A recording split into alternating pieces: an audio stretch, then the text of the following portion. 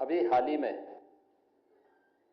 जिस tax rebate की घोषणा की है, जो शारदीय नवरात्रि के प्रथम दिन 22 सितंबर से लागू हो रहे हैं, इसके लिए आदरणीय प्रधानमंत्री जी के प्रति आभार व्यक्त करने और केंद्रीय वित्त मंत्री श्रीमती निर्मला सीतारमण जी को प्रदेशवासियों की ओर से धन्यवाद ज्ञापित करने के लिए यह प्रेस वार्ता मैंने यहां पर आयोजित की है। आदरणीय प्रधानमंत्री जी ने देश के स्वतंत्रता दिवस के अवसर पर देशवासियों के सामने टैक्स यानी टैक्स रिबेट के बारे में जो चर्चा की थी और रिफॉर्म के बारे में जो चर्चा की थी, मात्र 20 दिन के अंदर उसके परिणाम प्राप्त हो गए और अब वह 22 सितंबर से लागू भी हो रहे हैं। जीएसटी काउंसिल ने अभी हाल ही में 3 सितंबर को जो अपनी 56वीं बैठक हुई है, उसमें इस पर पूरी चर्चा करने के उपरांत सर्वसम्मति से इसका अनुमोदन किया है और जो 22 सितंबर से शारदीय नवरात्रि के अवसर पर लागू हो रहा है, मुख्य रूप से यह अब तक के टैक्स रिफॉर्म का एक बहुत बड़ा अभियान का हिस्सा है और यह आदरणीय प्रधानमंत्री जी का देशवासियों के प्रति को दीपावली का गिफ्ट भी है, क्योंकि इतना बड़े पैमाने पर रिफॉर्म हो और एक कॉमन मैन के बारे में उसे विभिन्न सेक्टर में इतनी छूट मिले, यह अत्यंत महत्वपूर्ण है उसके बारे में जानने के लिए। सबसे पहले हम लोग चर्चा करें तो जब जुलाई 2017 में जीएसटी लागू हुआ था,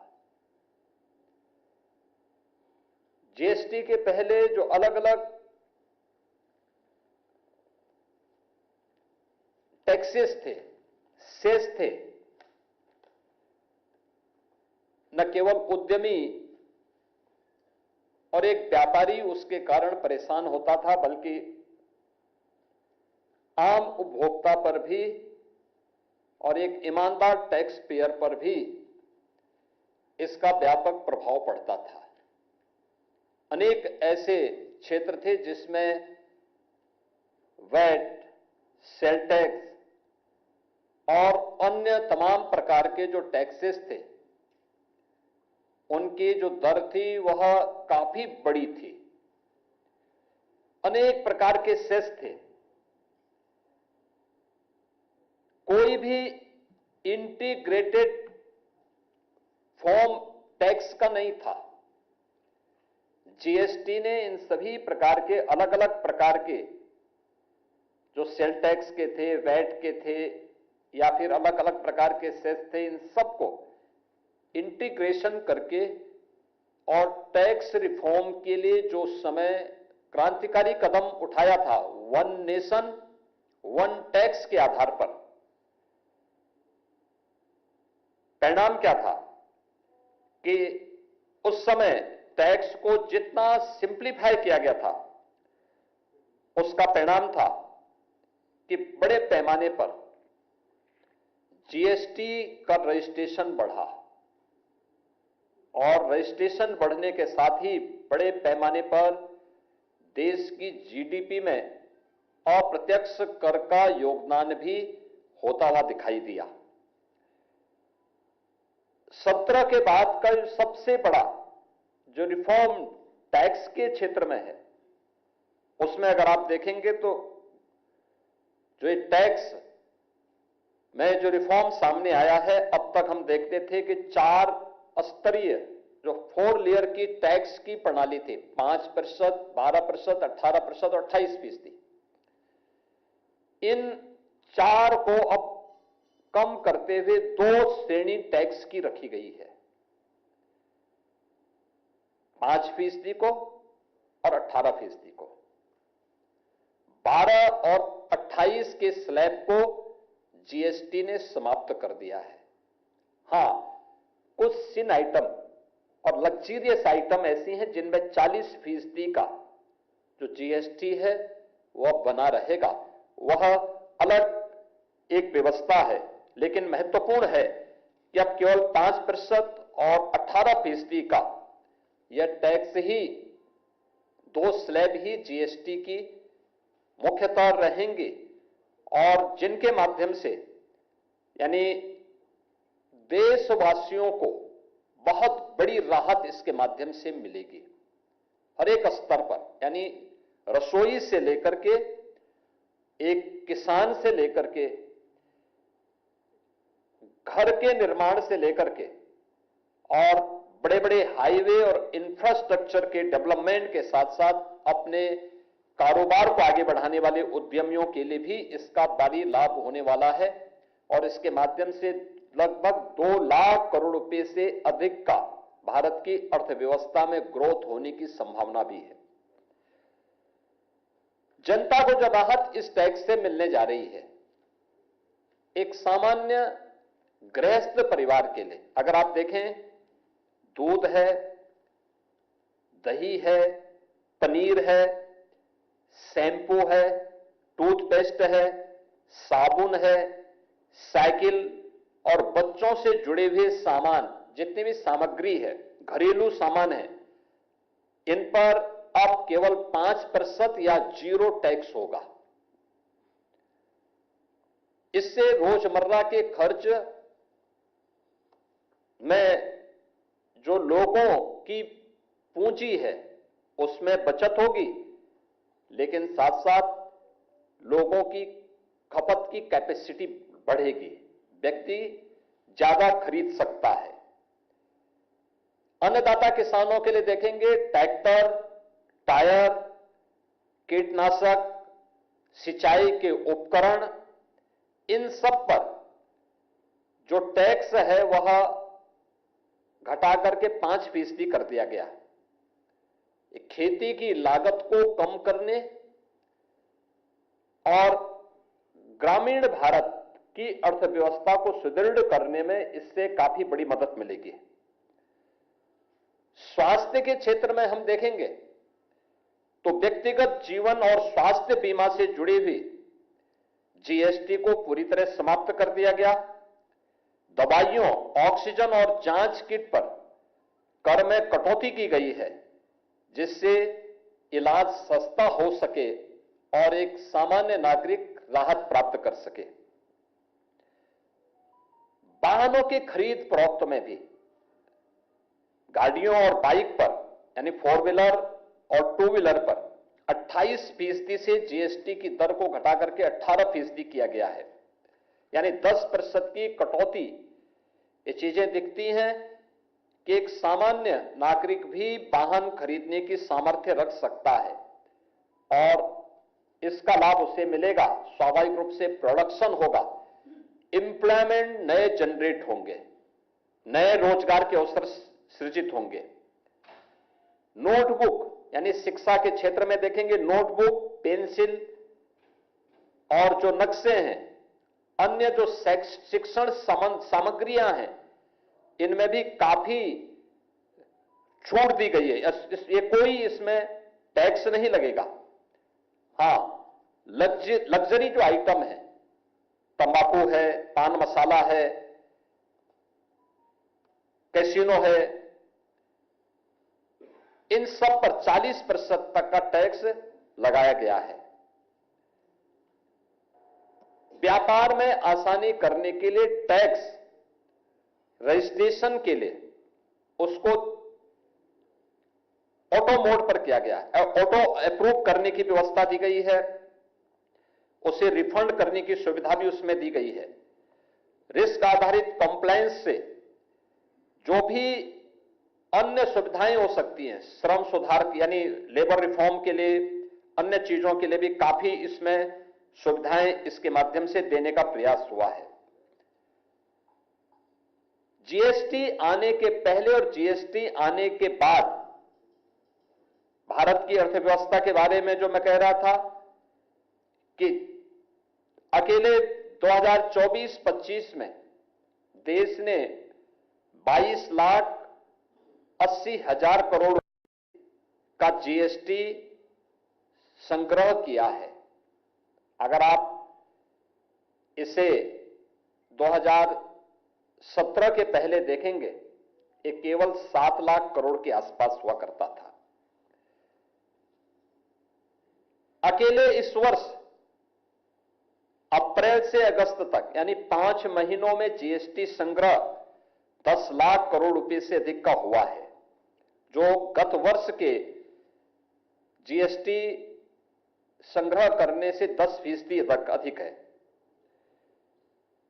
17 के पहले जीएसटी में जो उससे पहले टैक्सेस थे, सेल टैक्स, वैट या फिर सेस जो लोग देने वाले थे, उनका कुल संख्या थी 65 लाख और आज 25 में यह बढ़कर के हो गई है 1,51 लाख, यानी लाखों की संख्या में आज लोग स्वतःस्फूर्त भाव के साथ टैक्स देने के लिए दिखाई देते हैं।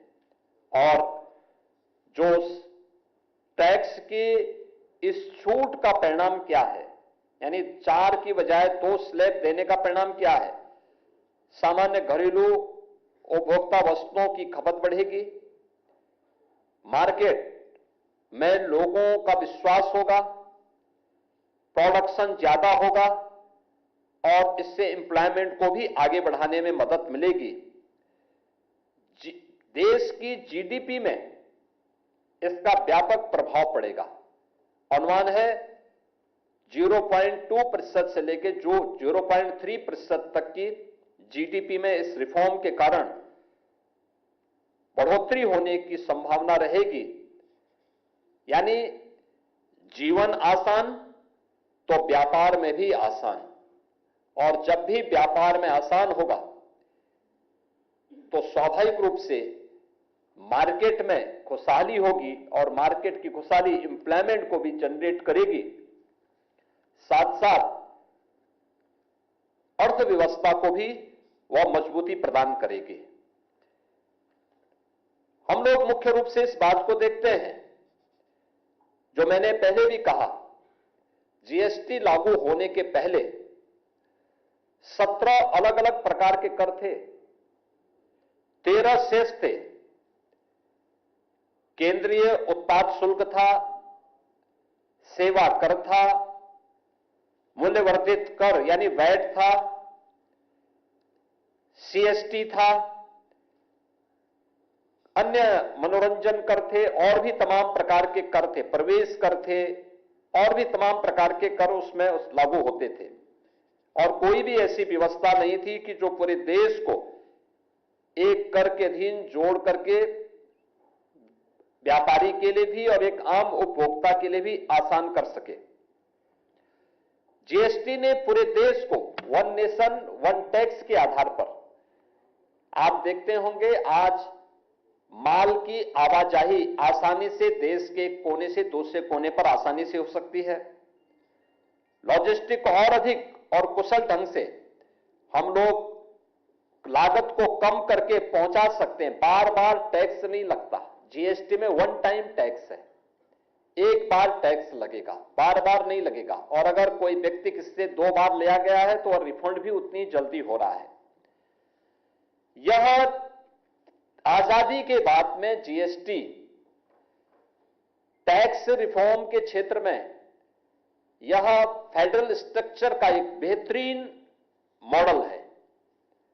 और जीएसटी लागू होने के बाद यह पहली बार इतने बड़े पैमाने पर इन सभी सेक्टर में सुधार से सामान्य नागरिकों को काफी राहत मिलेगी। 2014 के पहले जो मैंने आपसे पहले भी कहा, मैंने 17 के आंकड़े दिए थे, लेकिन 2014 के पहले भारत का जो टैक्स संग्रह था, यानी अप्रत्यक्ष कर के माध्यम से जो हमें टैक्स संग्रह होते थे, वह 5.44 लाख करोड़ मात्र होता था। और अब यह बढ़कर के 24-25 में बढ़कर के 22,80,000 करोड़ तक पहुंचा है। यानी इतने बड़े पैमाने पर 305% की इसमें ऐतिहासिक वृद्धि हुई है। परिणाम क्या है? परिणाम है राष्ट्रीय राजमार्ग के नेटवर्क में 60% की वृद्धि हुई। यानी पैसा आएगा तो आप उस पैसे को देश के अंदर विभिन्न प्रकार के गरीब कल्याणकारी कार्यक्रमों में खर्च कर सकते हैं, इंफ्रास्ट्रक्चर बढ़ाने में कर सकते हैं, पब्लिक ट्रांसपोर्ट को और बेहतरीन करने में कर सकते हैं। आज पैसा था 5 लाख करोड़ से बढ़कर के 11 वर्ष में 22 लाख करोड़ हो जाता है। परिणाम क्या है? नेशनल हाईवे की जो नेटवर्किंग है, इसको हमें देश के अंदर 91 यानी 60% बढ़ाने, 91,000 किलोमीटर से बढ़ा करके 1,46,000 किलोमीटर पहुंचाने में मदद मिली है। और आज भारत दुनिया का दूसरे सबसे बड़े सड़क नेटवर्क वाला देश है। देश के अंदर विभिन्न मार्गों पर आज 144 वंदे भारत ट्रेन संचालित हो रही है। ये 2014 के पहले नहीं थी, 17 के पहले भी नहीं थी। 2014 के पहले देश के पास कुल 74 एयरपोर्ट्स थे।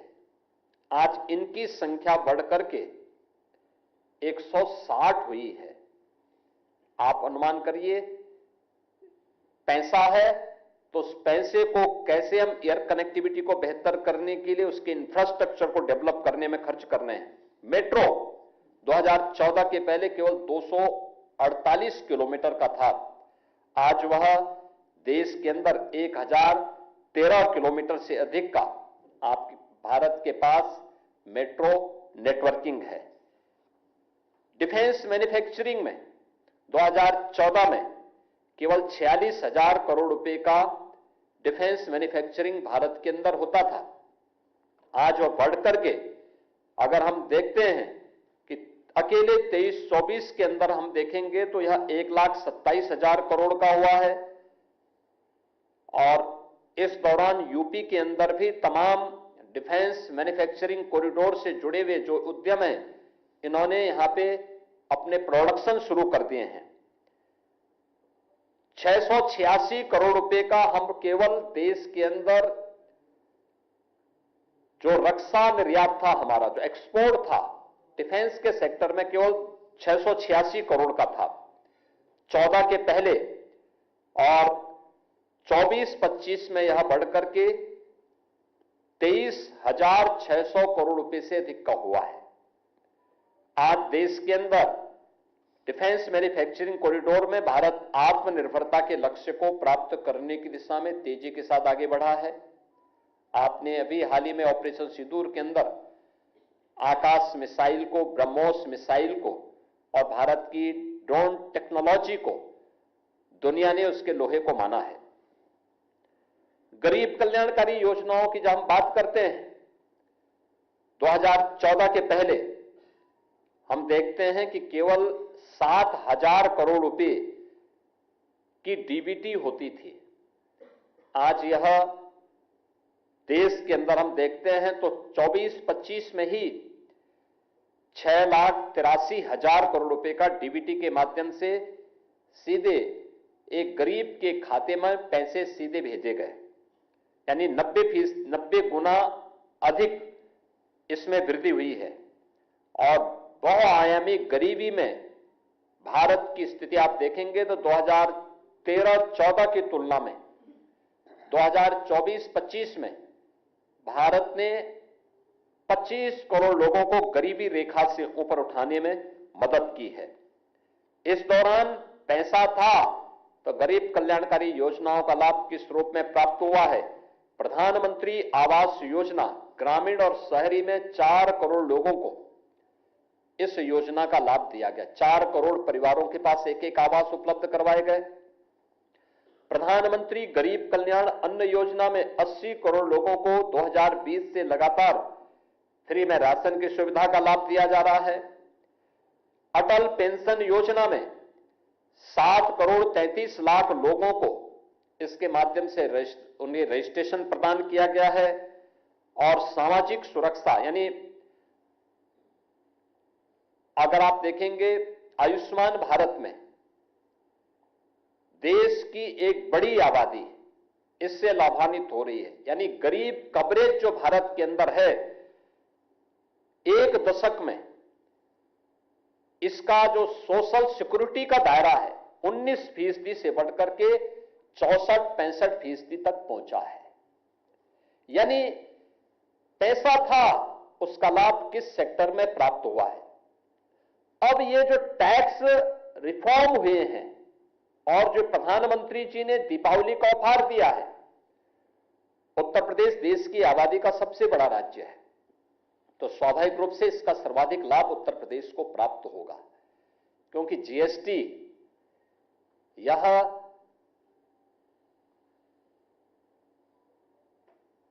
उपभोक्ता टैक्स है। देश का सबसे बड़ा उपभोक्ता बाजार भी उत्तर प्रदेश है। मुझे याद है उत्तर प्रदेश के अंदर हमारा सेल टैक्स, वैट और सेस आदि को मिलाकर के हमें केवल 49,000 करोड़ रुपए प्राप्त होते थे 2017 तक। आज अगर हम गत वर्ष देखेंगे तो हमें 1,15,000 करोड़ रुपए का जीएसटी अकेले स्टेट ने प्राप्त किया है। भारत का शेयर नहीं, भारत सरकार का जो शेयर हमें मिलता वो अलग है। ये केवल स्टेट जीएसटी ने ये पैसा इतना यूपी के अंदर तैयार किया है। टैक्स रिफॉर्म का परिणाम क्या होता है? एक्साइज में उत्तर प्रदेश ने 12,000 करोड़ से बढ़कर के 55,000 करोड़ रुपए तक अपने को पहुंचाया है। इतना कलेक्ट कर रहा है उत्तर प्रदेश आज के दिन पे। हर एक उसमें हम लोगों ने इसका लाभ प्राप्त किया है। परिणाम क्या है? पैसा था तो उत्तर प्रदेश की अर्थव्यवस्था अच्छी हुई। उत्तर प्रदेश में इंफ्रास्ट्रक्चर 1.5 एक्सप्रेसवे से 7 एक्सप्रेसवे हम बनाने में सफल हुए। 6 पे यहां कार्य चल रहा है। हम लोग जब आए थे एक भी सिटी में मेट्रो का संचालन नहीं होता था। आज 6 सिटी में यूपी के अंदर मेट्रो का संचालन हो रहा है। 17 के पहले उत्तर प्रदेश के अंदर 2 एयरपोर्ट क्रियाशील थे, 2 आंशिक थे। आज 16 एयरपोर्ट उत्तर प्रदेश के अंदर संचालित हैं और देश का सबसे बड़ा एयरपोर्ट हम लोग बना रहे हैं गौतम बुद्ध नगर जनपद में। इस वर्ष के अंत में उसको भी हम संचालित करने जा रहे हैं। 2017 के पहले नेशनल हाईवे नेटवर्क में उत्तर प्रदेश बहुत पीछे था। आज देश के अंदर 16 यानी उत्तर प्रदेश के पास नेशनल हाईवे का जो सबसे बेहतरीन नेटवर्क है वो उत्तर प्रदेश के पास है। एक्सप्रेसवे देश के अंदर हम बहुत पीछे थे। आज उत्तर प्रदेश देश गंगा एक्सप्रेसवे के बनने के साथ ही देश के 60% एक्सप्रेसवे पर यूपी का कब्जा होगा। यानी यूपी के पास सबसे अधिक एक्सप्रेसवे का नेटवर्क होगा।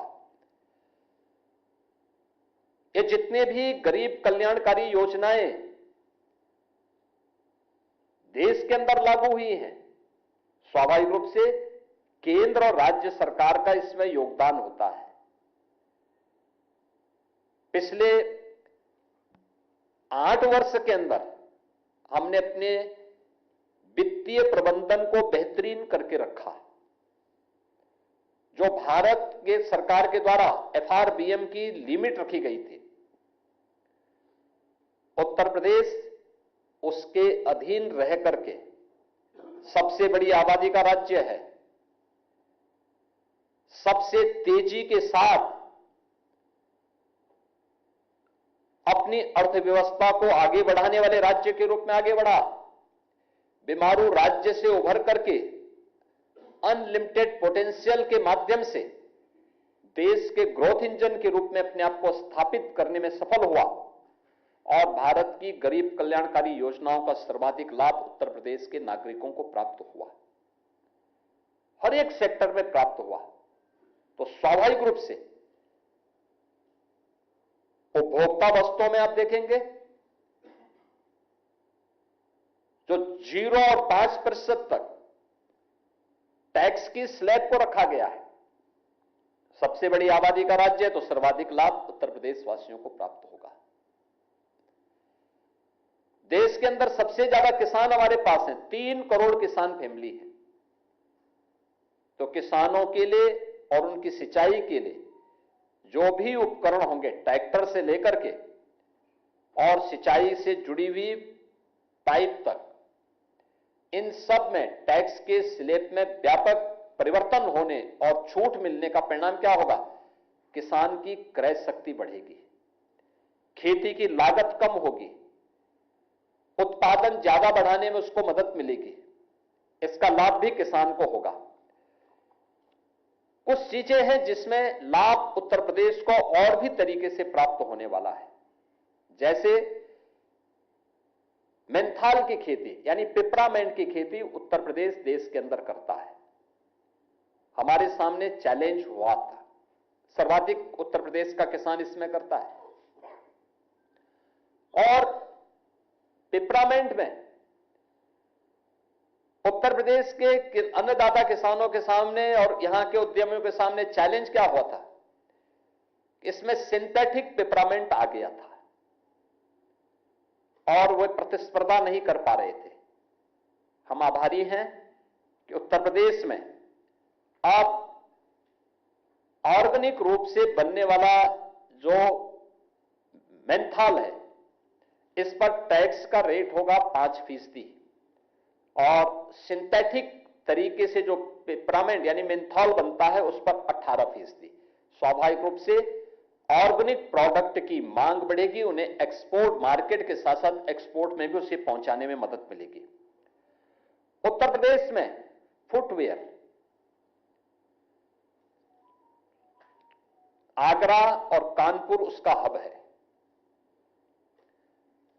इसमें नेक्स्ट जेन के माध्यम से 2500 रुपए तक के फुटवेयर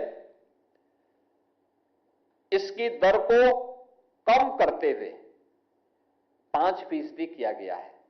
स्वाभाविक रूप से यहां पर जो चमड़ा उद्योग है, जो जूता उद्योग है, उसको आगे बढ़ने में मदद मिलेगी। उसका लोग सस्ते दाम पर लोगों को ये सब आइटम मिलेंगी तो नए प्रोडक्शन यानी उसकी मांग होगी तो स्वाभाविक रूप से नए एम्प्लॉयमेंट भी जनरेट इन क्षेत्रों में होंगे। रेडीमेड वस्त्रों में भी 2500 रुपए तक के रेडीमेड वस्त्रों में भी जीएसटी की दर को 5% कर दिया गया है। इसका लाभ भी एक तो सस्ता कपड़ा मिलेगा लोगों को, आम नागरिकों को, सबसे बड़ी आबादी का राज्य होने के नाते यहां के नागरिकों को उसका लाभ प्राप्त होगा। रेडीमेड गारमेंट्स के हब के रूप में उत्तर प्रदेश को आगे बढ़ाने और इसके माध्यम से नए एम्प्लॉयमेंट को जनरेट करने में मदद मिलेगी। उत्तर प्रदेश की परंपरागत उद्यम वन डिस्ट्रिक्ट वन प्रोडक्ट की स्कीम उत्तर प्रदेश ने 2018 में आदरणीय प्रधानमंत्री जी के मार्गदर्शन में लॉन्च की थी। हमारे सामने चैलेंज हुआ करता था हमेशा टैक्स की दर को लेकर के। गवर्नमेंट उन्हें अच्छी डिजाइन देती थी, टेक्नोलॉजी से जोड़ती थी, अन्य तमाम प्रकार से उन्हें सुविधा संपन्न करने का प्रयास करती थी, लेकिन अब टैक्स में रिबेट मिलने पर यानी अब इन सभी पे जो हमारे हस्तशिल्पी हैं, कारीगर हैं, इनके द्वारा किसी भी पैदा की गई जो भी इनके प्रोडक्ट होंगे उन पर अब जीएसटी की दर केवल 5% होगी। परिणाम क्या होगा कि जितने भी हमारे यहां जैसे पॉल्ट्री उद्योग खुर्जा का, ग्लास उद्योग फिरोजाबाद का, चिकनकारी लखनऊ का, बनारसी साड़ी वाराणसी और आजमगढ़, जरी जरदोजी लखनऊ, बरेली, इन सभी जनपदों में, कागज उद्योग जालौन का और इस प्रकार की जितने भी अन्य आइटम हैं, यहां पर आम उपभोक्ता को तो राहत मिलेगा ही, इसका प्रोडक्ट्स, इसकी मांग होगी, प्रोडक्ट की मांग, डिमांड बढ़ेगी, स्वाभाविक रूप से एम्प्लॉयमेंट भी जनरेट होंगे, उनका मुनाफा भी बढ़ेगा। और उत्तर प्रदेश के हमारे जो भी हस्तशिल्पी हैं, कारीगर हैं, उनको इसका लाभ बड़े पैमाने पर प्राप्त होगा। उत्तर प्रदेश ने जीएसटी लागू होने के बाद प्रयास किया कि हम अपने यहां रजिस्ट्रेशन की दर को बढ़ाएं, और मुझे बताते हुए प्रसन्नता है कि जीएसटी हमारी बढ़ी तो उत्तर प्रदेश ने व्यापारी कल्याण बोर्ड के माध्यम से रजिस्ट्रेशन कराने वाले हर उस व्यापारी को हमने 10 लाख रुपए की सुरक्षा बीमा का कवर भी दिया। और मुझे बताते हुए प्रसन्नता है कि हम लोगों ने 17-18 से अब तक 1663 व्यापारी परिवारों को 152 करोड़ रुपए से अधिक की बीमा राशि का अब तक वितरण किया है। अकेले 25-26 में भी 201 परिवारों को 20 करोड़ 40 हजार रुपए की बीमा राशि हम लोगों ने प्रदान की है। और इसके लिए हर वर्ष 29 जून की तिथि, जो दानवीर भामा शाह की जन्म तिथि है, उस तिथि पर हम लोग अपने उन व्यापारियों को जो ईमानदारी के साथ टैक्स पेड करते हैं और सर्वाधिक टैक्स देते हैं, उस अवसर पर प्रदेश स्तर पर भी और जनपद स्तर पर भी हम उन्हें सम्मानित करने का काम करते हैं। स्वाभाविक रूप से आदरणीय प्रधानमंत्री जी के द्वारा जीएसटी की 4 स्लैब को घटा करके 2 स्लैब में करना, इसमें व्यापक रिफॉर्म के माध्यम से आम उपभोक्ता को जो राहत दी गई है, यह दीपावली का उपहार आदरणीय प्रधानमंत्री जी का है। इसके लिए उत्तर प्रदेश वासियों की ओर से उनके प्रति मैं हृदय से आभार व्यक्त करता हूं। माननीय केंद्रीय वित्त मंत्री श्रीमती निर्मला सीतारमण जी के प्रति मैं हृदय से धन्यवाद ज्ञापित करते हुए उन सभी जीएसटी काउंसिल के जितने भी सदस्य हैं, जिसमें सभी राज्यों के माननीय वित्त मंत्रीगण होते हैं, उनको भी मैं हृदय से धन्यवाद देता हूं, जिन्होंने इस जीएसटी लागू होने के बाद के सबसे बड़े रिफॉर्म में सर्वानुमति से निर्णय लेकर के एक आम उपभोक्ता को राहत देने, क्योंकि यह महंगाई को भी कंट्रोल करेगा, मार्केट को मजबूत करेगा और आम उपभोक्ता की पहुंच मार्केट तक आसानी से बनाने के साथ साथ अर्थव्यवस्था को सुदृढ़ करने में योगदान देगा। इसमें अपना सकारात्मक सहयोग किया है, इसके लिए उन सबको मैं हृदय से धन्यवाद करता हूं। बहुत बहुत धन्यवाद।